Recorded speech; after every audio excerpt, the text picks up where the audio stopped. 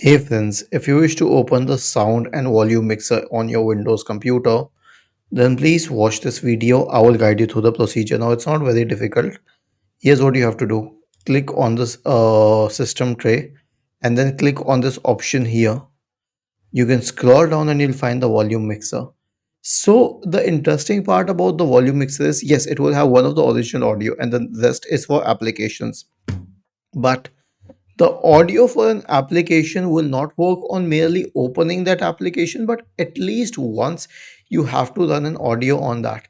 So I opened YouTube on my Firefox browser, and I can reduce the volume for YouTube or the browser itself from here.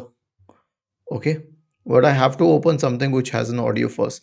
So this is how you can access the volume mixer, and this is how you can change the volume for it. Okay, I will also show what happens when I change the volume for OBS while I'm talking.